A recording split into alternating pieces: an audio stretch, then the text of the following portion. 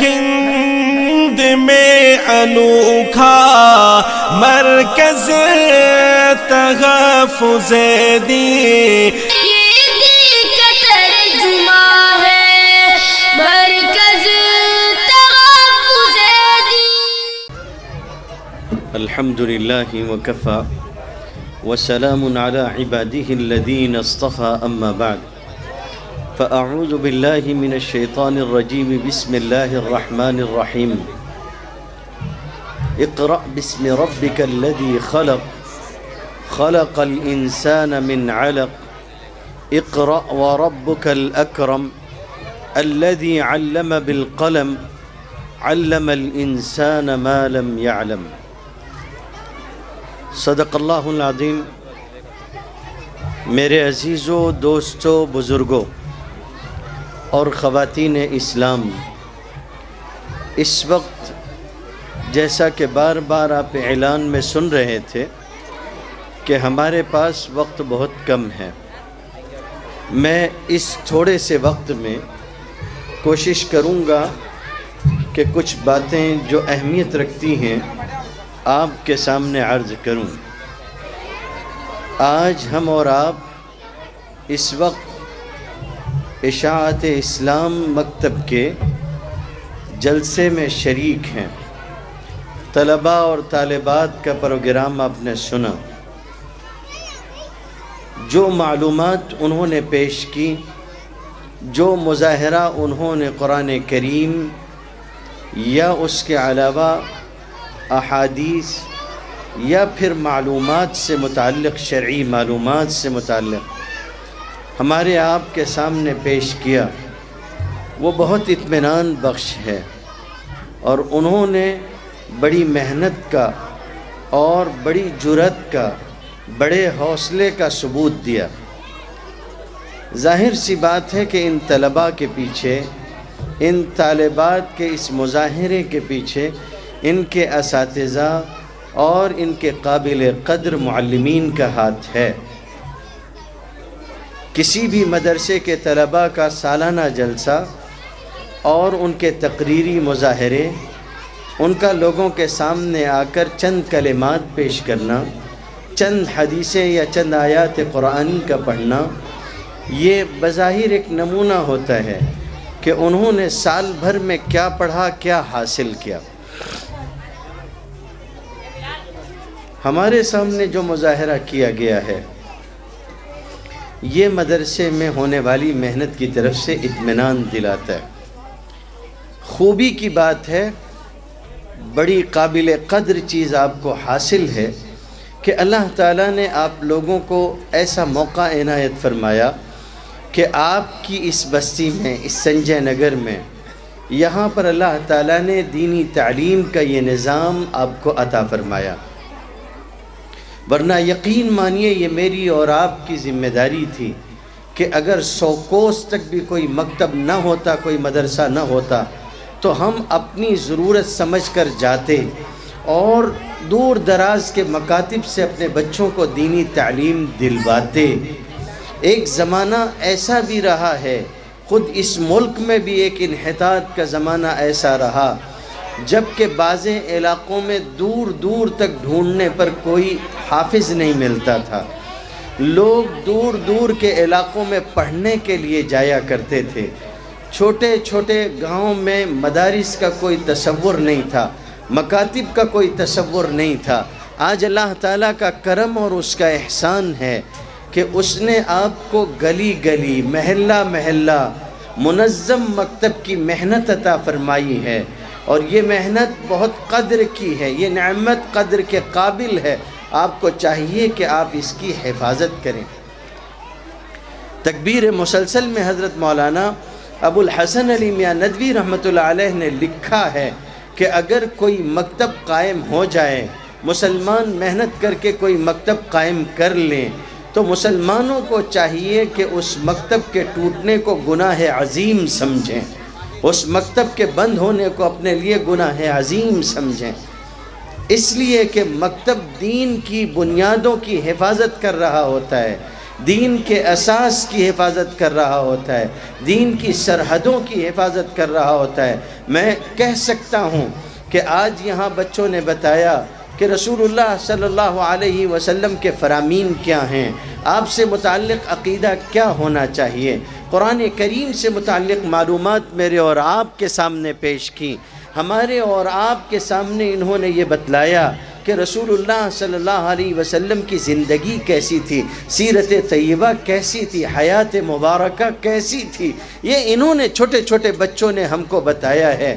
یقین مانیے ہر ایک کے اوپر اتنا قرآن یاد کرنا کہ جس کے ذریعے سے نماز درست ہو جائے فرض عین ہے۔ ان بچوں کو اس سے زیادہ قرآن یاد ہے۔ ان بچوں کو 1 سال کی محنت میں، 1.5 سال کی محنت میں مکتب کے ذریعے اس سے زیادہ قرآن یاد ہو جاتا ہے۔ یہ وہ محنت کرواتے ہیں جو فرض عین کو پورا کرنے والی محنت ہوتی ہے۔ اگر آپ کو قرآن کریم اتنا یاد نہیں ہے جس سے نماز نہیں ہوتی، کم سے کم 4 رکعت نماز جس کے ذریعے سے آپ پڑھ سکیں، فرض نماز آپ پوری کر سکیں، اتنا قرآن آپ کو یاد ہونا چاہیے۔ اگر آپ کو یاد نہیں ہے تو آپ فرض عین کے تارک ہیں۔ آپ نے ایک ایسا فرض جو ہر مسلمان کے اوپر ضروری اور لازمی ہے، آپ نے اس کو ترک کر دیا۔ اور یہ فرض کہاں پورا ہو رہا ہے؟ مکتب میں پورا ہو رہا ہے۔ ہمارے چھوٹے چھوٹے بچے، میں یہ نہیں کہتا کہ اور محنتیں نہیں ہیں، لیکن وہ بچے جو جماعت میں نہیں جا سکتے، ابھی چھوٹے ہیں، وہ بچے جو مدارس میں نہیں جا سکتے، جامعات میں ان کا داخلہ نہیں ہو سکتا، وہ بچے گلی محلے میں رہتے ہوئے، اسکول کی تعلیم حاصل کرتے ہوئے، مکاتب میں جا کر اتنا حاصل کر لیتے ہیں کہ ان کا عقیدہ، ان کا قرآن، ان کی حدیث شریف بڑی حد تک ان ساری چیزوں سے انہیں واقفیت ہو جاتی ہے۔ نماز کیسے پڑھنی ہے؟ ہم میں سے کتنے لوگ ایسے ہوں گے جن کو نماز جنازہ کا طریقہ نہیں آتا، جن کو دعائے قنوت یاد نہیں ہوتی، حج اور عمرے کرنے کو جانے لگتے ہیں تو اس موقع پہ ان کو افسوس ہوتا ہے۔ ہمارے ہاں حج کلاس ہوتی ہے اور یہ عاجز سال میں کئی مرتبہ عمرے یا حج کی کلاسیں لیتا ہے۔ گزشتہ دنوں جب ہم نے اپنی حج کی کلاس لی تو اس موقع پر جب حج کی کلاس لی تو ایک ڈرائیور آیا حج کی کلاس کے بعد۔ اس حج کلاس میں ہم نے کہا تھا کہ لوگوں اپنی نمازیں درست کر لو۔ عموماً حج کے مسائل معلم بیان کرتے ہیں، معلمین کہتے ہیں کہ حج ایسے کرنا ہے، عمرہ ایسے کرنا ہے، طواف ایسے کرنا ہے، لیکن اس طرف کم لوگوں کی نظر جاتی ہے کہ لوگوں جانے سے پہلے اپنی طہارت ٹھیک کر لو، پاکیزگی کے مسائل سیکھ لو، پاکیزہ ہونے اور طہارت حاصل کرنے کے طریقے سیکھ لو کہ کس طرح سے وضو کرو گے، کس طرح سے غسل کرو گے، استنجا کے مسائل کس طرح سے ہوں گے، غسل جنابت کس طرح سے لیا جائے گا، اور پھر اس کے بعد نماز پڑھنے کا طریقہ سیکھ لو۔ اس لیے کہ اگر تمہارا وضو ٹھیک نہیں ہوگا، اس لیے کہ اگر تمہارا غسل ٹھیک نہیں ہوگا، اس لیے کہ اگر تمہیں طہارت کے طریقے نہیں آتے ہوں گے تو یاد رکھنا نہ تمہارا طواف ٹھیک ہوگا، نہ تمہارا عمرہ ٹھیک ہوگا، نہ تمہارے حج کے طواف پورے ہوں گے۔ اس طریقے سے کر کے تم حج بھی ٹھیک سے نہیں کر سکو گے۔ پھر اس کے بعد اپنی نمازیں ٹھیک کر لو۔ اس لیے کہ ایک آدمی مسجد الحرام میں جانے کے بعد بھی ادھوری نماز پڑھے کہ اس کو درود یاد نہیں ہے، وہ کہتا ہے کہ مجھے درود یاد نہیں ہے، تو کیا بغیر درود کے نماز ہو جائے گی؟ وہ یہ کہتا ہے کہ دعائے قنوت نہیں آتی، تو کیا اس کی جگہ تسبیح پڑھ لوں گا تو نماز ہو جائے گی، وتر کی نماز ہو جائے گی؟ وہ اللہ کے بندے، جب تک تو اپنے علاقے میں رہا، ساری زندگی تو نے اس طرح کی نماز پڑھی، اب جب تو اللہ کے رسول کی مسجد میں پہنچے گا، جب تو اللہ کے گھر پہنچے گا، تب بھی تیرا یہ حال ہے کہ تیری نماز ٹھیک نہیں ہے۔ تو ہم اپنی تقریروں میں یہ بات کہتے رہے کہ تمہیں چاہیے کہ اپنی نمازیں ٹھیک کر لو۔ اس تقریر میں بھی، اس مجلس میں بھی ہم نے کہا کہ ابھی دن ہے حج کے دن آنے کو، جن کے نمبر لگ گئے، جن کو حج کمیٹی سے اجازت آ گئی یا جو ٹور سے جانا چاہتے ہیں، لوگوں اپنی نماز ٹھیک کر لو۔ مجلس ختم ہو گئی، مجلس کے ختم پر ایک آدمی آیا، بوڑھا، داڑھی سفید ہو چکی ہے، کہنے لگا کہ میں ایک ڈرائیور آدمی ہوں، مجھے کچھ نہیں آتا، رونے لگا اور رو رو کے کہنے لگا کہ مجھے بتائیے میں حج کیسے کروں گا، میری نماز کیسے ہوگی، میں کس طرح سے وہاں اپنی ساری عبادتیں ٹھیک کر سکوں گا۔ اور لوگوں، موت کا کوئی دن میرے اور آپ کے سامنے حتمی طور پر نہیں ہے کہ آج آئے گی کہ کل آئے گی۔ کب آئے گی، سوتے میں آئے گی یا جاگتے میں آئے گی۔ تم اگر اسی عالم میں نکل کر چلے جاؤ گے، ادھوری نماز لے کر، ادھوری طہارت لے کر اور ادھورا قرآن لے کر، بغیر تجوید کا قرآن لے کر تم اپنے رب کے حضور حاضر ہو جاؤ گے، کیا منہ دکھاؤ گے؟ میرے پاس وقت کم ہے اور یوں بھی میں اشاروں کنایوں میں بولنے کا عادی نہیں ہوں۔ او لوگوں، صاف ستھری بات سنو، ہم جرم عظیم کر رہے ہیں، اتنا بڑا جرم کر رہے ہیں، ہم سمجھتے نہیں ہیں۔ قرآن لے کے پڑھتے ہیں، بیٹھ کے پڑھتے ہیں، ہمارا قرآن ٹھیک نہیں ہے۔ کبھی مکتب میں پڑھنے والے کسی بچے کو بلا کے پوچھ لیجئے گا کہ بیٹا میں قرآن پڑھتا ہوں، تم ذرا ہمارا قرآن سن لو، ہمارا قرآن صحیح بھی ہے یا نہیں۔ او اللہ کے بندو، کسی قاری سے پوچھو، کسی حافظ سے پوچھو جس نے تجوید کے ساتھ قرآن یاد کیا ہو، اس کے پاس جا کے پوچھو کہ آج 10 سال ہو گئے، 20 سال ہو گئے، یہ قرآن جو تھوڑا بہت ہمیں یاد ہے یا چند صورتیں ہمیں یاد ہیں، یہ جو ہم پڑھتے ہیں، بتاؤ یہ جو ہم پڑھ رہے ہیں یہ کیا ہے؟ میں سمجھتا ہوں اس بے تجوید کے قرآن کو سننے کے بعد کوئی بھی عالم تم سے یہی کہے گا کہ لوگوں تم جو کر رہے ہو یہ نیکی تو شاید نہ ہو، ہاں یہ ضرور ہے کہ اس طرح سے قرآن پڑھنا گناہ کا کام ہے۔ بغیر تجوید کے قرآن پڑھنا، قرآن کریم کے مخارج کو نہ سیکھنا۔ ہم نے ایک غلطی تو یہ کی کہ ہم نے خود نہیں سیکھا، ہم نے ایک غلطی یہ کی کہ ہم نے اپنا بچپن برباد کیا۔ میں آپ سے یہ کہتا ہوں کہ آپ کے پاس موقع ہے، اپنے ان علماء سے کہو کہ ہمیں سکھاؤ، ہمیں پڑھاؤ، ہم سیکھنا چاہتے ہیں۔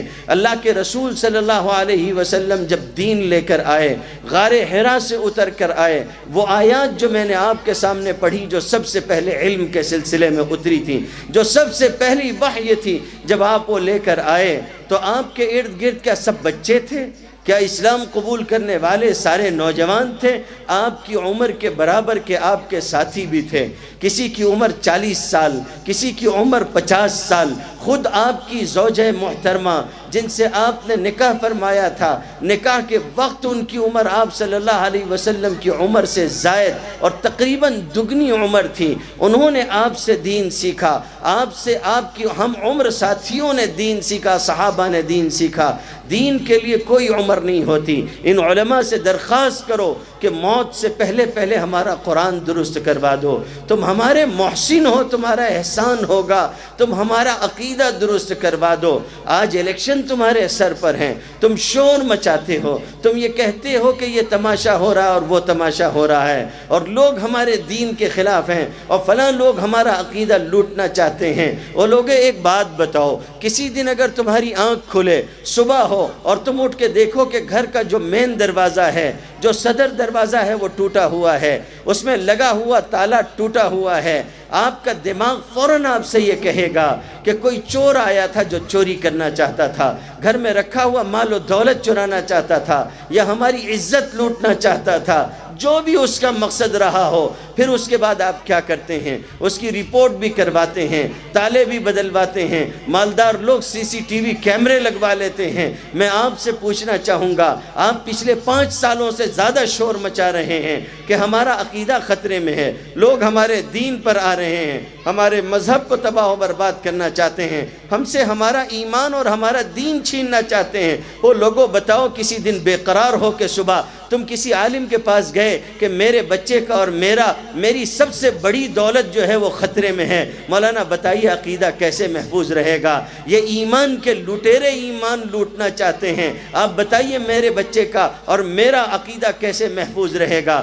آپ نے اس کو دولت نہیں سمجھا نا، ہم نے تو بس یہ سمجھا کہ کما لینا اور کھا لینا یہی سب کچھ ہے۔ وہ جو اکبر الہ آبادی نے کہا تھا کہ کیا کہوں احباب کیا کار نمایاں کر گئے، کیا کہوں احباب کیا کار نمایاں کر گئے، BA کیا نوکر ہوئی پینشن ملی اور مر گئے، BA کیا نوکر ہوئے پینشن ملی اور مر گئے، اس سے زیادہ ہم اور کیا کر رہے ہیں؟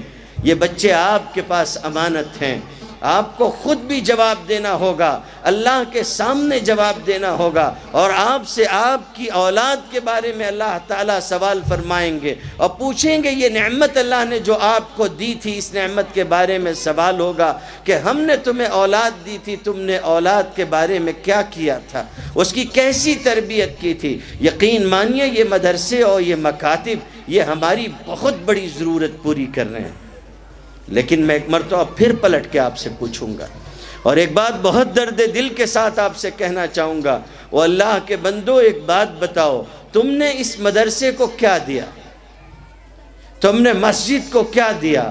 ہم کیا کر رہے ہیں؟ کیا ہم اپنے دین کے بارے میں سنجیدہ ہیں؟ میری عادت نہیں ہے کہ میں سیاسی تقریر کروں، لیکن مجبوری یہ ہے کہ ہم کبھی اپنوں کے نہیں ہوتے۔ سچی بات ہے، JNU کے اندر اگر مسائل پیدا ہوئے تھے اور ایک طرف کنہیا تھا، دوسری طرف عمر خالد تھا، آج کنہیا لیڈر ہو گیا مگر عمر خالد جو ہے وہ کہاں چلا گیا؟ گوشہ گمنامی میں چلا گیا۔ ہم اپنے محسنوں کو بھول جایا کرتے ہیں، ان کے مرنے کا انتظار کرتے ہیں تاکہ وہ مریں تو ہم یہ کہیں کہ یہ بڑے خدمت گزار لوگ تھے۔ ان اساتذہ کا، ان مکاتب کا احسان نہیں مانیں گے۔ جب مکتب بند ہو جاتے ہیں اور ہماری زندگی میں محرومی آنے لگتی تب کہتے ہیں کہ ہاں کچھ کام ہو رہا تھا۔ مسجدوں میں جاتے ہیں ہمارا کیا حال ہے؟ جو مسجد ہمارے لیے امام کا انتظام کرے، جو مسجد ہمارے لیے چٹائی کا انتظام کرے، جو مسجد ہمارے لیے کولر کا انتظام کرے، جو مسجد ہمارے لیے 5 وقت پانی کا انتظام کرے، جو مسجد ہمارے لیے اذان ہمارے گھر اور ہمارے دروازے تک پہنچانے کا انتظام کرے، ہم اس مسجد کو جمعہ کے روز کیا چندہ دیتے ہیں؟ 10 روپے کیا دیتے ہیں ہم؟ ایک وکیل اگر مجھے انکم ٹیکس کی فکر سے بے فکر کر دے، میری ساری فائلیں خود جمع کر کے رکھے، میں اپنا سارا بیورا کچا چٹھا اٹھا کے اس کے پاس لے جاؤں اور میں وہ میرے گھر نہیں آئے گا، میری فرم دیکھنے نہیں آئے گا، میرا کاروبار دیکھنے نہیں آئے گا، مجھے اپنا سب کچھ لے کے اس کے پاس جانا ہے، ایک ایک بل اسے بتانا ہے، بس یہ ہے کہ وہ مجھ کو انکم ٹیکس کی فکر سے بے فکر کر دے گا، تو میں اس کو اپنا فیملی جو ہے وہ انکم ٹیکس وکیل بناؤں گا، دوسروں سے زیادہ فیس اس کو پے کروں گا۔ اگر ایک ڈاکٹر میری صحت کا راز رکھے اور میری صحت کی ساری معلومات اپنے پاس رکھے تو وہ میرا فیملی ڈاکٹر بنے گا اور میں اسے عام ڈاکٹروں سے زیادہ فیس دوں گا، اس لیے کہ اس ڈاکٹر نے مجھ کو میری صحت سے بے فکر کیا ہے، اس وکیل نے مجھ کو میرے انکم ٹیکس سے بے فکر کیا ہے۔ او لوگوں، جن علماء نے ہم کو ہمارے بچوں کی آخرت سے بے فکر کیا، ہم نے ان کو کیا دیا؟ آج آئندہ آنے والے دنوں میں، ابھی کچھ دنوں کے بعد اسکولوں کے اندر داخلے کے لیے لائنیں لگیں گی، اور یہی ہمارے مسلمان بھائی، ہم اور آپ، میں اس لیے تلخ باتیں کرتا ہوں، اس لیے صاف ستھری باتیں آپ سے عرض کرتا ہوں کہ کل قیامت کے دن آپ میرا گریبان نہ پکڑیں کہ مولانا اس کو معلوم تھا،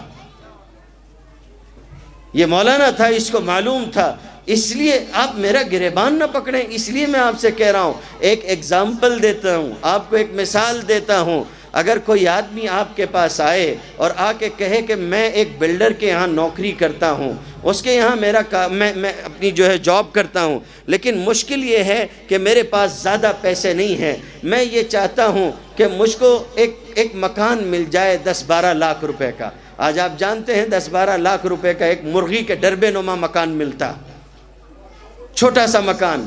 آپ سے کہے کہ میں ایک چھوٹا سا مکان لینا چاہتا ہوں، 10-12 لاکھ روپے میرے پاس ہیں، اس سے زیادہ پیسے میرے پاس نہیں ہیں، میں یہ چاہتا ہوں کہ ایک مکان مل جائے۔ پھر کچھ دنوں کے بعد وہ آدمی آپ سے یہ کہے کہ صاحب مجھے ایک مکان مل گیا ہے فلاں فلاں بڑے روڈ کے اوپر، 80 اور 100 فٹ کے روڈ کے اوپر، وہ فلاں کوٹھی اور حویلی آپ نے دیکھی ہے، وہ کوٹھی میں نے خرید لی ہے۔ اب آپ حیران ہو کہ اس سے کہیں کہ او اللہ کے بندے، تیرے پاس تو 10-12 لاکھ روپے تھے، تم نے وہ کوٹھی کہاں سے خرید لی؟ وہ کہنا یہ شروع کر دے کہ آپ تو میرے دوست ہیں، میں آپ کو کیا بتاؤں، جس بلڈر کے یہاں میں نوکری کرتا تھا، اس بلڈر نے کہا کہ ہماری بہت ساری زمینیں ہیں اور بہت ساری جائیداد ہے، ہم اپنے بعض پروجیکٹ سے جو ہے وہ خوش ہو کر ایک اسکیم نکال رہے ہیں، اور اس اسکیم کے اندر 10 مکانات جو 1-1 کروڑ کے ہیں وہ 10-10 لاکھ میں دینے کے لیے تیار ہیں۔ تو اس میں سے میں نے بھی 10 لاکھ روپے دے کے مکان خرید لیا. میرے پاس تو اور پیسے نہیں تھے ورنہ اور خریدتا, اس لیے میں نے ایک ہی خریدا. آپ اس میں آ جائیں تو آپ اس سے کیا کہیں گے بتائیے؟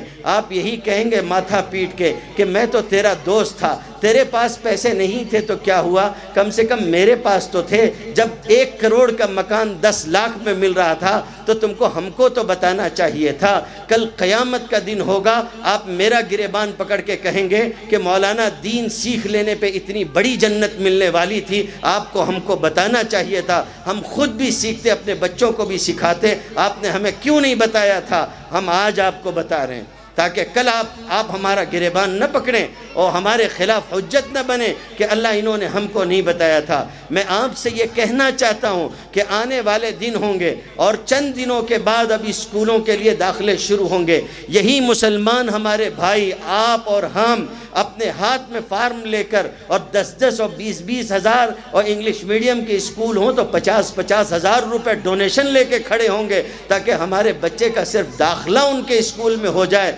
او اللہ کے بندو, جب یہ عالم ہو کہ عصری تعلیم کے لیے ہزاروں روپے لے کر ماں باپ کھڑے ہوتے ہوں اور یونیفارم کی فیس بھرتے ہوں, اور اب تو کتابوں کی بھی پابندی ہے کہ اسکول ہی سے خریدیں, اس کے بھی پیسے بھرتے ہوں, اور پھر آئی کارڈ کے پیسے ہوں, پھر یونیفارم کے پیسے ہوں, پھر کتابوں کے پیسے ہوں, پھر ٹرپ کے پیسے ہوں, پھر گیدرنگ کے پیسے ہوں, پھر فلاں چیز کے ٹریڈیشنل جو ہے وہ پروگرامز کے پیسے ہوں. ان ساری چیزوں کے جب آپ پیسے لے کے کھڑے ہوں اور دن بھر محنت کریں تاکہ یہ سارے پیسے آپ کے پاس آ سکیں, اور جب مکتب کے اساتذہ آپ سے کہیں کہ آپ کے بچے کی 1 مہینے کی تعلیم کی فیس صرف 100 روپے ہے تو آپ کو 100 روپے بوجھل لگنے لگیں, تب میں آپ سے کہوں گا کہ یہ یاد رکھنا کہ آخرت کی کامیابی کا تصور کہیں بہت پیچھے چھوٹ گیا ہے.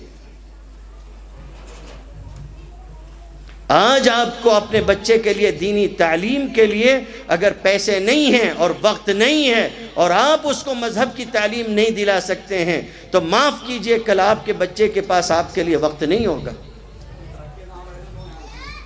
اس لیے کہ آپ نے پیسے کو سب کچھ بتایا. جو آیات میں نے پڑھی ہیں ان آیات میں یہ تصور دیا گیا ہے کہ تعلیم کا رشتہ جیب سے نہیں رب سے جوڑیے. اقرأ بسم ربک الذی خلق. ہم نے تعلیم کو روپیے پیسے سے جوڑا, ڈونیشن سے شروع کرتے ہیں اور پھر اس کے بعد تعلیم اور تربیت. اگر کسی کو ٹیچر بنایا تو پیسے دے کے لگوائیں گے, اگر کسی کو ڈاکٹر بنوایا ہے تو آپ دیکھیے وہ کیسے لوگوں سے فیس وصول کر کے اپنے ڈونیشن کا پیسہ نکالتا ہے. اس لیے میں آپ سے کہوں گا اور آخری بات آپ سے عرض کر رہا ہوں کہ تعلیم آپ جو تعلیم دلانا چاہیں دلائیں, لیکن پہلے اپنے بچے کو صاحب ایمان بنائیں. یہ اس کا سب سے بڑا سرمایہ ہے. اگر یہ سرمایہ نہیں ہوگا تو یہ یاد رکھیے گا کہ دنیا بھی برباد ہو جائے گی اور آخرت بھی برباد ہو جائے گی. آپ سمجھ رہے ہوں گے کہ آپ تعلیم دلا رہے ہیں, لیکن اگر تعلیم رب سے دور لے جائے گی تو وہ تعلیم نہیں فتنہ ہے. اقبال نے کہا ہے اللہ سے کرے دور تو تعلیم بھی فتنہ, املاک بھی اولاد بھی جاگیر بھی فتنہ, نہ حق کے لیے اٹھے تو شمشیر بھی فتنہ, شمشیر ہی کیا نعرے تکبیر بھی فتنہ. نہ حق کے لیے ہو تو سب کچھ فتنہ ہے, حق کے لیے ہو, اللہ سے جوڑنے کے لیے ہو. یہ بچے جو میرے اور آپ کے سامنے ہیں ان بچوں کو تعلیم دلوائیے, دین کی تعلیم دلوائیے, اور ان علماء کو اپنا محسن سمجھیے. میں نے دیکھا ہے ان لوگوں کو جو قسم اٹھاتے ہیں اور جو یہ کہتے ہیں کہ میں ڈاکٹر بن رہا ہوں اور میں قسم اٹھاتا ہوں. میں ڈاکٹروں سے معذرت نہیں کروں گا اس لیے کہ میں نے دیکھا, اپنی آنکھ سے دیکھا. ہوتے ہیں کچھ ڈاکٹر جو بہت رحم دل ہوتے ہیں, ہوتے ہیں کچھ ڈاکٹر جو اپنے خرچ سے لوگوں کا بھی علاج کر دیتے ہیں, لیکن میں نے جو دیکھا ہے, اکثر جو دیکھا ہے وہ میں آپ سے بتا رہا ہوں. ڈاکٹروں کا یہ حال ہو گیا, قسم اٹھاتے ہیں کہ ہم لوگوں کے ساتھ جو ہے وہ رحم دلی کا برتاؤ کریں گے, لیکن اپنی تنخواہوں کے لیے ہڑتال کر دینا میں نے ڈاکٹروں کا معمول دیکھا. سرکاری ہاسپٹلوں میں دیکھیے کیا معمول ہوتا ہے. ہم دنیا گھومتے ہیں, ملکوں جاتے آتے ہیں, ہمیں معلوم ہے کہ کیا مزاج ہوتا ہے. کس طرح کا رویہ ہوتا ہے، تنخواہوں کے سلسلے میں، مراعات کے سلسلے میں کس طرح کا رویہ اختیار کرتے ہیں، ہڑتال کر دیتے ہیں، مریض مرتا ہو تو مر جائے، ہماری پیمنٹ بڑھائی جائے۔ ہم نہیں دیکھیں گے اس وقت تک۔ میڈیکل والے ہڑتال کر دیتے ہیں، اسکول والے ہڑتال کرتے ہیں، اسکول لے جانے والے بس والے ہوں یا رکشے والے ہوں وہ ہڑتال کر دیتے ہیں۔ ہم نے ہڑتال کرنے والے کس کس کو نہیں دیکھا، یہاں تک کہ ہم نے اب تو یہ بھی دیکھا کہ سپریم کورٹ کے جج ہڑتال پہ بیٹھ گئے، انہوں نے ہڑتال کر دی، جا کے بیٹھ گئے۔ 4 ججوں نے جو ہے باہر نکل کے احتجاج کر دیا۔ ہم نے سب کچھ دیکھا ہے، لیکن وہ اللہ کے بندوں مجھے بتاؤ کبھی کسی مولوی نے مصلی پہ لوڈ شیڈنگ ہونے دی ہے؟ کبھی کوئی مصلی آپ نے دیکھا کہ ہڑتال کا شکار ہوا ہو؟ کیسے بھی حالات ہوں، کیسا بھی معاملہ ہو، گھر میں فاقے ہوں، کچھ بھی ہو، مولوی کس طرح سے زندگی گزارتا ہے کبھی آپ نے دیکھا ہے؟ قلیل تنخواہوں میں تھوڑے تھوڑے روپیے اور پیسے میں یہ لوگ دین کی خدمت انجام دے رہے ہیں۔ اس لیے میں آپ سے کہوں گا کہ اگر آپ کو شکوہ ہے تعصب کا، اور آپ کو شکوہ ہے حالات کا، اور آپ کو شکوہ ہے کہ آپ کے دین کے اوپر جو ہے وہ آنچ آ رہی ہے، تو 2 کام کرنے ہوں گے۔ مکاتب چلتے ہیں، ان میں طلبہ ہونے چاہیے، طالبات ہونی چاہیے، اور ان کا چلنے کے لیے مالیات کا نظام مستحکم ہونا چاہیے۔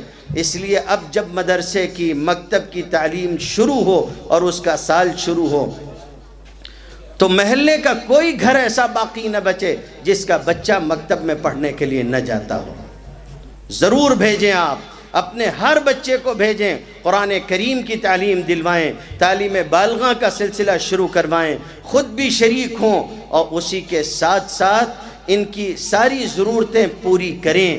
یہ کس کے لیے آپ سے چندہ مانگتے ہیں، کس کے لیے فیس مانگتے ہیں؟ اپنے لیے مانگتے ہیں۔ کیوں مکتب اور مدرسے میں مولویوں کے بچے پڑھتے ہیں؟